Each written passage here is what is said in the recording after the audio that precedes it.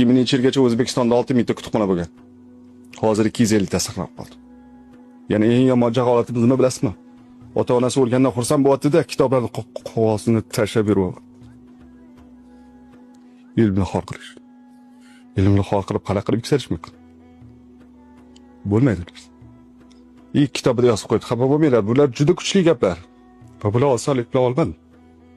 Qog'ozning narxini oshganini tualet qog'ozidan bilgan insonlar o'ylayvering, ular qayeri bilan o'ylashim. Nima millatga aylandi? Kitob sotib o'tiraman-da, qarang. Bir kuni 30 ming so'mlik kitob sotdi. 30 ming. Mana agar baklashga tersam ko'proq pul topaman. Vagonga chiqsam ko'proq pul topaman. Yonimda bir ayol o'tiradi. Satliroq. Gadoychilik qildi deb 1,5 million so'm pul topdi. Undan ham ko'proq pul. Yomon alam qildi-da. Nima bilasizmi? Degan buni ham keltirib bergan, hammasi kitoblarda yozilgan. Degan aytadi. Insonlar nima uchun donishmandlarga pul bermaydilar-u, gadoylarga pul beradilar desa. Degan aytadi. Ular ahmoq emas, bilishadi ko'r va kar bo'lib qolishligi mumkinini. Gadoy holatiga tushishligi mumkinligini.